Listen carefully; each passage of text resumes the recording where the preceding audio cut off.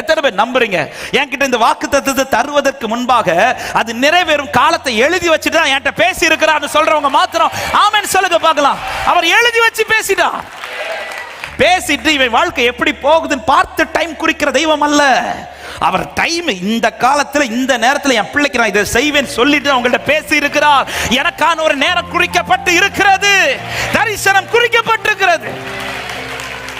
குறித்த காலத்துக்கு தரிசனம் அப்படிதான் சொல்லப்பட்டிருக்கு. ஃபர்ஸ்ட் காலம், அடுத்ததான் தரிசனம். குறித்த காலத்துக்கு தரிசனம், குறித்த காலத்துக்கு அப்படி இல்ல, குறித்த காலத்துக்கு தரிசனம். பக்கத்துல பார்த்து காலத்தை குறிச்சிட்டாருன்னு சொல்லுங்க. சிலர் நினைக்கிறாங்க என் காலத்தையா, அதுவும் குறிச்சிட்டாரு.